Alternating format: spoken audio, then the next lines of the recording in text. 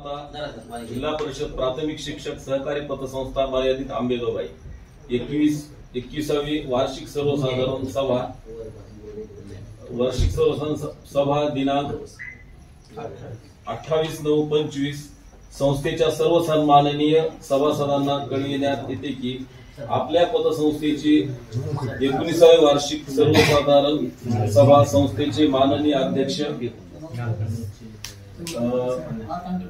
श्रीमती सोमवंशी उषा संतराम यांच्या अध्यक्षतेखाली रविवार दिनांक 28/9/25 रोजी 11 वाजता मंगेश श्रीनिवास शिक्षक कॉलनी लातूर रोड वरवाडी तालुका अंबाजोगाई जिल्हा बीड येथे आयोजित केले असून सभासद बंधू व भगिनींनो, मी व्यक्तिशः व संचालक मंडळाच्या वतीने सर्वांचे मनपूर्वक स्वागत करतो।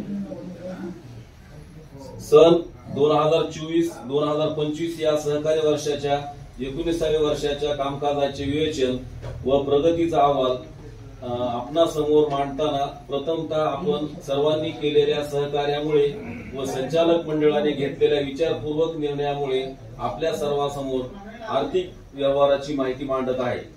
सभासद अहवाल वर्षात संस्थेचे सभासद संख्या 146 आहे। संस्थेचे कार्यक्षेत्र आंबेजोगाई तालुक्यापुरतेच आहे। भाग भांडवल संस्थेचे दिनांक 31/3/24 अखेर भाग भांडवल 1,96,10,440 होते। अहवाल वर्षात भाग भांडवल वाढवून 31/3/2025 अखेर भाग भांडवल 2,62,62 संस्थेच्या सभासदांकडून दिनांक 31/3/25 अखेर साधे कर्ज रुपये 4,34,08,196 व तातडी कर्ज 94,09,47,372 येणे आहे। सभासद कर्जावर व्याज अहवाल वर्षात सभासदांना दिलेल्या कर्जावर व्याज रुपये 57,95,831 आले आहे। संस्थेचा नफा सन 2024-25 वर्षी संस्थेचा खर्च वजा जाता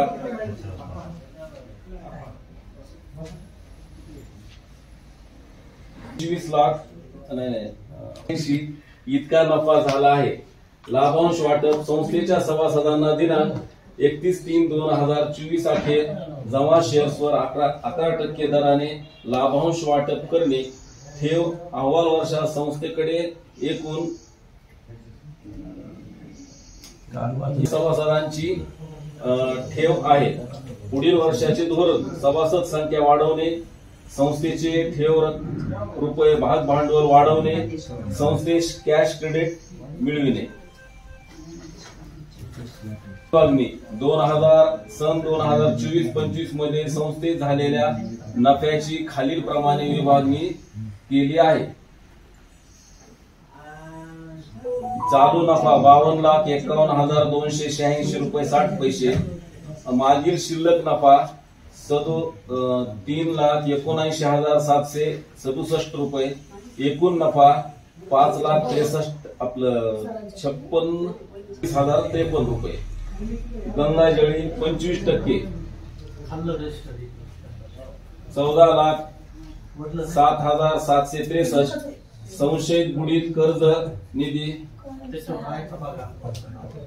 621। सभासद कल्याण निधी 56,310। कर्मचारी कल्याण निधी 56,310। इमारत निधी 56,310। एकूण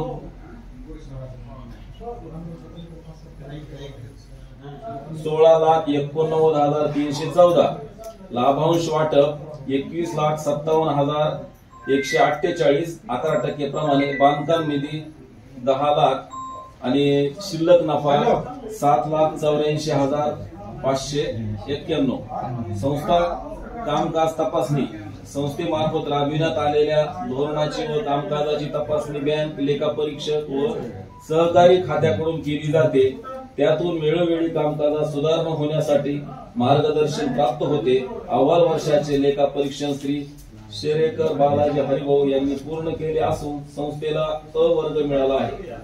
ऋणनिर्देश. आदरणीय व्यासपीठ व उपस्थित सभासद, राजमाता जिजाऊ आईसाहेबांच्या नामस्पर्शाने पुनीत झालेल्या आपल्या संस्थेत अहवाल वर्षात अनेक मान्यवरांचे अनमोल सहकार्य लाभले.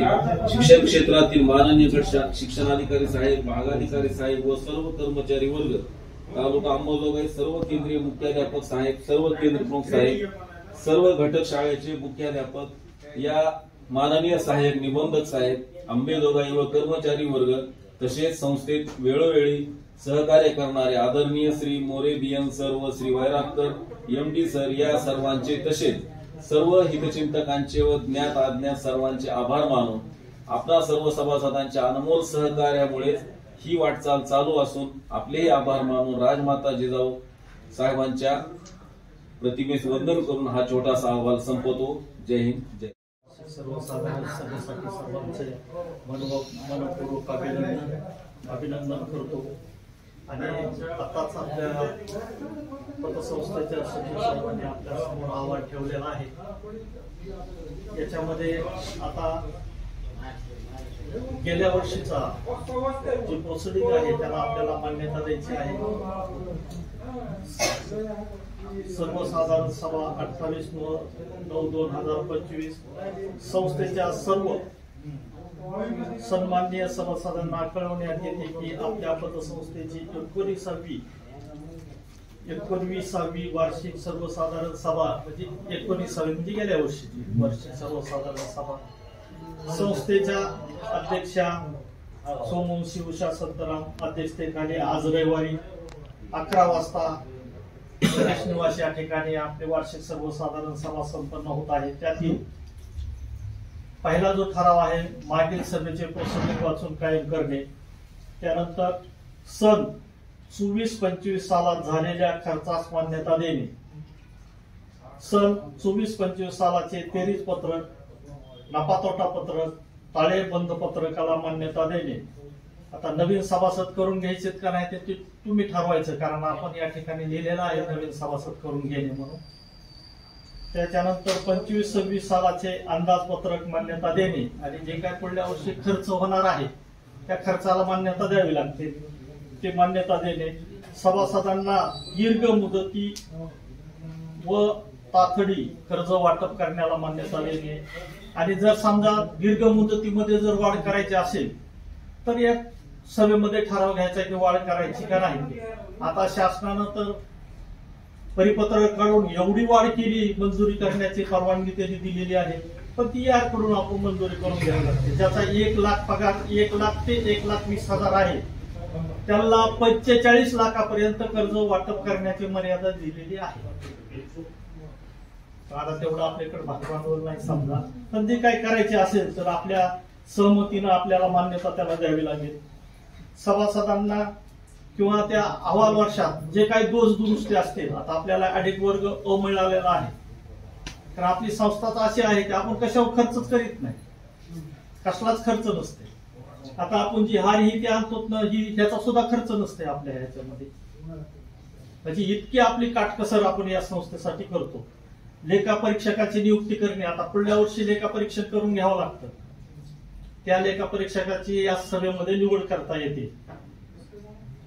आणि आता एक महत्वाचा एक निर्णय आलेला आहे की सभासद कर्ज घेते वेळेस विमा काढावा, असे या ऑफिसचे निर्देश आहेत. किंवा जेणेकरून की पतसंस्थेचं कर्ज बुडणार नाही. पण त्यांच्याकडून मला असं सांगण्यात आलं की दरवर्षी तो विमा रिन्यू करावा. मग आता दरवर्षी आपण पैसे त्याला द्यायचे का, हे काही ठराविक रक्कम आहे. त्यांना बोलवलं होतं पण आजचं सगळं विस्कळीत झालं. कारण आपण सभा नियोजन असं केलं की बाहेर पटांगणामध्ये घ्यायची, उघाड जर असते तर आणि किती माणसं बसत होती, काय अडचण नव्हती. पण ते आता ह्या पावसामुळे आपल्याला ह्याच्या छोट्याशा ह्याच्या हॉलमध्येच घ्यावं लागेल, असा एक प्रकार आहे. आता विमा घ्यायचा का नाही हे आपण ठरवायचे आणि कर्जातून तो विमा हे होणार बघा का. जर समजा तुम्ही कर्ज घेतलं असेल त्याला काही जे हप्ता असेल, आता त्याला बोलून तर पण आले नाही, हप्ता घ्या जे काही बसल ते आपल्याला भरावं लागेल. आणि प्रत्येक म्हणजे काही जरी झालं त्या माणसाला, आत्महत्या केली किंवा इतर कारणामुळे जो गेला, तर ते विमा कंपनी त्याचे पैसे द्या ना, असं त्याचं नियोजन आहे. हॅलो,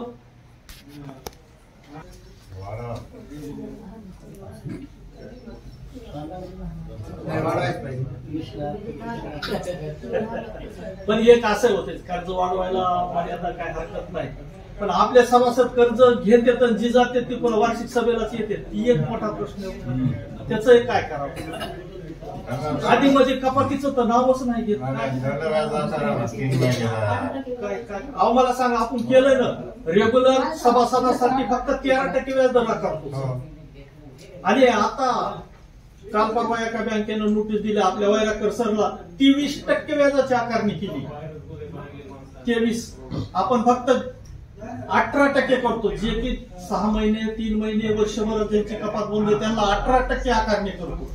पण आता आपल्यालाच नोटीस आहे ना 23% नाही, पण मंथली तेच इकडे आपल्याकडे सभासद होईल. म्हणजे आता त्यांनी बरं तिकडलं कर्ज इकडलं कर्ज फेडायचं कुठलं हे एक मोठा प्रश्न आहे. आता ही चर्चा होणं गरजेचं आहे. कारण कसं आहे, सभासदांनी कर्ज न फेडणं म्हणजे स्वामी विवेकानंदची आवृत्ती करणे. कर्ज घेतल्यास आपण फेडणं गरजेचं आहे ना. बरं, त्याच्याशिवाय तुम्हाला डिव्हिडंड देता येत नाही ना, पण ठेवीदाराला व्याज देता येत नाही, त्याचं काय करायचं? बरं, पैशाचं काय सांगा या किंवा मॅडम, ह्याच्यात काय कुठं कुणी कमाई करावी काय करावं असला उद्देशच नाही, कसलाच नाही उद्देश. फक्त एकमेकाचे काम व्हावे, आळले नेलेले काम व्हावे. पण त्याने काम करून घेत असताना काम झाल्यानंतर त्यांनी त्याचे उतराई करणं भाग आहे. ज्याचे बंद आहे का बंद केंद्र स्तरावर संपर्क सगळा संपर्क साधला. त्यांना आत्ता 1 लाख रुपये घेऊन यायला म्हणते आता भरायला. आता भरायला 6 महिने झालं बघा, आणखी याच लागले. कसं काय निर्णय घ्यायचा?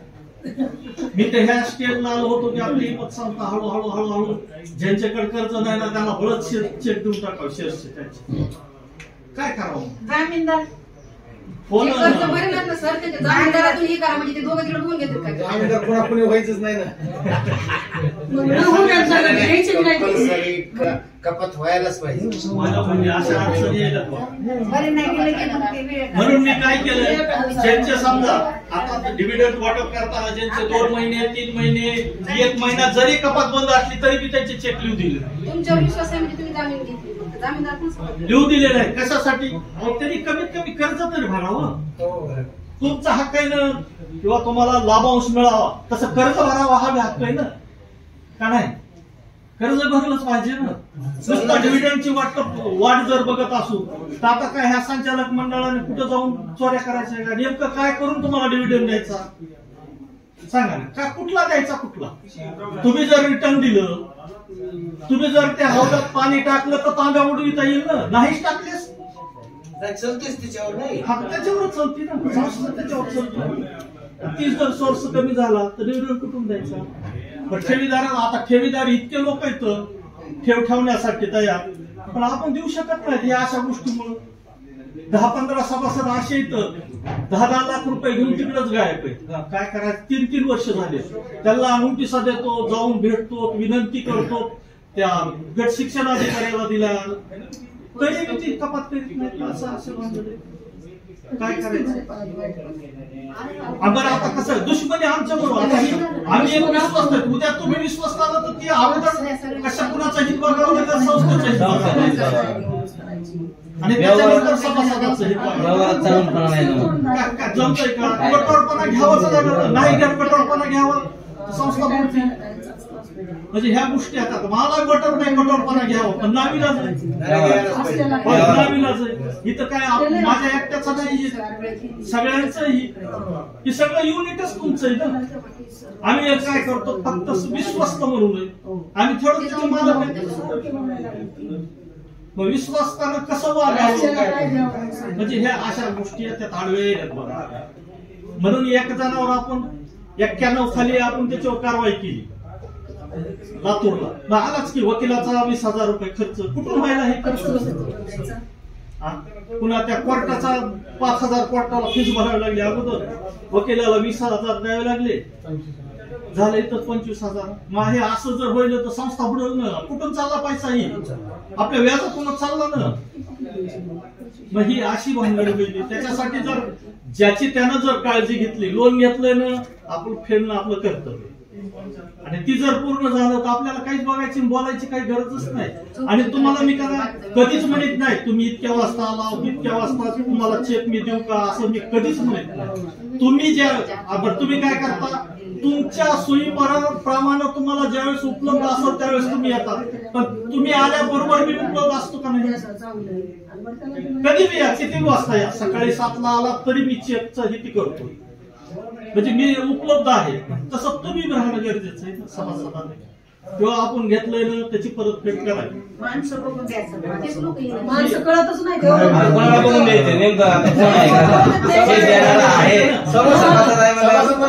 नाही त्याचा तो हक्क आहे, सभासद म्हणजे त्याचा हक्क आहे, आपल्याला डावता येईल.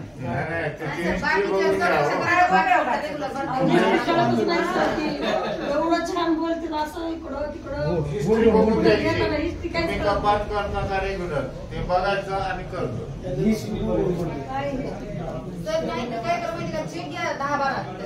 म्हणून मी काय निर्णय घेतला, व्याजदर कमी करावा आणि जे आपल्याकडे 20-25 लाख रुपये ठेवी त्याचे त्याला ठेवी देऊ टाकावं. पुन्हा कसं आहे, कमी जास्त झाले तर त्यांचं कशाला नुकसान करायचं, कारण त्यांनी ठेव ठेवली, आपल्या विश्वासावर ठेवलेली. त्याचा विश्वास समजा इकडून जर नाही आलो तर त्यांचा विश्वास आपल्याला कसंही करता येईल, नाही ना करता येईल. आणि दुसरी गोष्ट बरं का, आपली एवढी चांगली संस्था आहे, इतकी सक्षम संस्था आहे की आपण 10% व्याजदरानं तुम्हाला कर्ज उपलब्ध करून देऊ शकतो. 10% हा डिव्हिडंड कमी होईल, मिळणार नाही, समजा 8%च मिळेल. पण आपली एवढी चांगली सक्षम संस्था आहे, पण ती सगळं तुमच्यावर अवलंबून. व्याजदर सुद्धा आपण 10% करू शकतो. आता 13%, रेग्युलरला 13%, 2 महिने 3 महिने राहिले तर कपात जर त्याची बंद असेल तर 16%, आणि वर्ष जर असेल तर 18%. 18%च्या वर आपण कधीच गेलो नाही. पण आपल्याच वायराकर सरला जामीनदार आहे बरं का, ती 23%ची नोटीस आली, 23%ची नोटीस आहे त्यांना. आपण तर एवढं कधी आकारतच नाही, 18च्या वर कधीच गेलो नाही. ते संपर्कात नाही, ते संपर्कात नाही आहे तो. त्यांना नोटिसा जाऊन दिल्या, त्यांच्या बिओला नोटीस दिल्यात. आपण नोटीसचा एवढा मोठा गठ्ठा आहे. पण आता मला सांगा ना, जास्त थकबाकीवाले ऐका ना, दुसरी गोष्ट सर, आता आपण चाललो तर आपल्या पदरमोडला करून, मी म्हणतो, मी तरी काय म्हणून पदरमोड करू? गाडीत पेट्रोल टाकायचं, बीड पर्यंत जायचं, माजलगाव पर्यंत जायचं, मग मी तर पेट्रोल किती दिवस टाकणार मी तरी, आहे का नाही? मग ही खर्च विनाकारण संस्थेवर येऊन पडतोय सर. सगळ्यांनी मिळून सहकार्य करा. सगळ्यांनी जर सहकार्य केलं तर बघा, यादी सगळं करू सर, यादी क्लिअर तयार करू.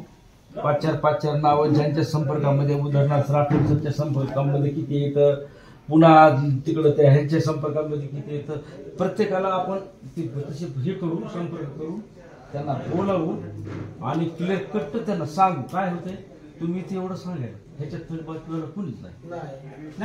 संदेश जाईल ना त्यांच्यापर्यंत, एकमेकांना बोलत असताना त्यांना सगळंच माहिती आहे, सगळं माहिती आहे, सांगितलं. समजा पहिल्या भेटीत कर्ज बी नाही दिले, सह्या करून चेक आणा त्यांचे, त्यांच्या ग्रुपनं येते, आणि हे एक माझा माणूस, हे एक माणूस, हे एक माणूस, हे दोघा चौघाची आहे, ह्यांची ही अडचण आहे, त्यांची ती अडचण आहे. आणि आता इकडे ह्या वेळेला इथं कोणी खूप अशी सुधारत नाही. त्याच्यापेक्षा यादी काढा, यादी आपण हे करू. मी स्वतः तुमच्या सोबत राहतो. आपण कसं चांगलं संस्था स्थापन केली बरं का, आणि हे संस्था होत बी नव्हती. आता नेमकं आता तुमच्यापर्यंत बी यावं म्हणून तुमच्या समोर ठेवतो माहितीच तर. त्या पतसंस्थेत स्वामी विवेकानंद मध्ये मतदान केलं नाही, या गटाशी संलग्न होते म्हणून त्यांना कर्ज नाकारले, आणि त्याच्यामुळे ह्या संस्थेचा उदय झाला. मग इकडे जे आमच्या बरोबर जे मतदान करणारे होते ना, ते काय म्हणले, सर आपल्याला तिकडे नाकारायलेत ना, आपण आपली एक संस्था आधी म्हणले बचत गट करू आणि एकमेकाचे काम करू. पुन्हा काही जणांच्या मनात आले नाही, संस्थाच काढू, म्हणून ही संस्था काढण्यात आली. ती अशी आहे. जर सगळ्यांनी सहकार्य केलं तर आपण व्याज दर कमी करू. ऐका ना, ही ज्याच्या त्याच्या परत द्याव्या लागत्या. कारण कसं आहे, कारण मला विश्वासघात त्यांचा व्हावा किंवा त्यांचा ही व्हावा असं मला नाही वाटत. त्याच्यामुळे त्यांच्या दिलेल्या चांगल्या ह्याच्यात बऱ्या सध्याची थकीत आहे त्यांची वसुली करणं गरजेचं आहे. गरजेचं. नंतर ते ह्यांना पेन्शनवर गेले, रामरावला किती दिवसाला किती फोन करतो, जाऊन भेटलो तर आम्ही घरी जाऊन भेटलो. पण आता ती तयारीच नाही, तर मग आता त्याला कोर्टातच ओढावं लागते. कोर्टाचा खर्च यायला का नाही, मग ही भानगड होईल. आता एक आपण केस दाखल केली, काय करते बाळासाहेब केस दाखल केली, काल वकिलाचा आला किंवा असे जी केस झाले दाखल, काल दोन संस्थेचा निकाल लागला संस्थेच्या बाजूने. तर ती खर्च विनाकारण यायला या ज्या गोष्टी आहेत ते टाळण्यासाठी ज्याची त्यानं लक्ष द्यावं ही एक सर्वांना विनंती आहे. आणि थकबाकीदारावर 101च्या कारवाईने काय होत नाही, 91 खालीच कारवाई करायला लागते. 101ची काय, त्याच्या जप्तीचा आदेश घ्यावा लागतो. आणि 91 खाली ही कोर्ट कारवाई करतात. जप्तीचा आदेश देतो ER काहीच करीत नाही. तुमची तुम्ही बघा म्हणते हा कागद देऊन मोकळा होते, तसं कोर्टाचं नाही ना. ही जी भानगड पण त्याच्यासाठी खर्च येतो. त्याच्यामुळे आपण करायचं का नाही ही विचार करणं गरजेचं आहे. आता जिल्हा मध्यवर्ती सहकारी बँकेमध्ये आपले काही पैसे अडकले. शिवी मधले बघा जवळपास 7-8 लाख आणि इकडले 14-15 लाख रुपये आपले सगळं अडकून आहेत. आता आपण ह्याच्यामध्ये घेतलाय ठराव, त्याच्या अगोदर बी आपण ठराव घेऊन प्रत्येक वेळेस केले, तर आता बहुतेक आपल्याला कोर्टामध्ये जावं लागतं की काही असे आहे. कारण ती शेअर द्यायला तयार नाहीत. आपण जवळ 60 लाख रुपये आपण घेतलं होतं, लोन घेतलं होतं. लोन घेत असताना त्यांनी 10% आपण जशी घेतो की नाही 10% रक्कम, तशी त्यांनी 10% रक्कम ठेवून घेतलेली आहे. पण आपण पूर्ण त्या 10% रकमेसहित आपण कर्ज भरलेलं आहे.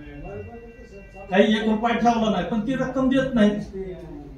त्याला मागून थकलो होतो आपण. आता शेवटचा पर्याय आहे कोर्टात केस टाकायला लागला. 14 लाखाचे 2%, आता हे वकील घेतं 20% फीस. आता बघा किती त्याला फीस द्यावी लागायची. ही भानगड अशी होती.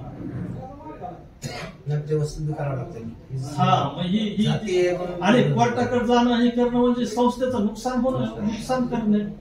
कारण कसं खर्चातच जर जात असेल तर मग आपल्या डिव्हिडंडवर परिणाम होते. आणि आपण कसं लोनला मर्यादा आता 13% आणि सगळ्या बँका 13-10-12 देतात. त्याचं त्याच्यात थोडीच आपण चौतो. ही 13% कशासाठी ठेवली की एकही हप्ता सभासदाने त्याचा लाभ त्यांनी घ्यावा. आपण 3 मुद्दे ठेवले, 13%, 16%, 18%. असं लाभ, पण लाभ घ्यायचा हे सभासदावर अवलंबून आहे ना. त्याच्याकडे मी लक्ष देत नाही. काही लोक काही करतात, अगदी रेग्युलर करतात आणि 13%चा लाभ घेतात, पण काही जण घेत नाही. हे अशी एक भानगड आहे. आता 11% लाभांश वाटपासाठी सर्वांची मान्यता आहे का? टाळ्यानं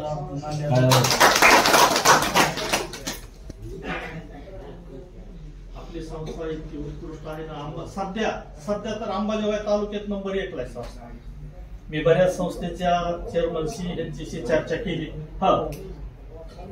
नागरी पतसंस्था खूप फायद्याच्या आहे काही ठिकाणी, पण ती कधी डिव्हिडंड वाटप करीत नाही.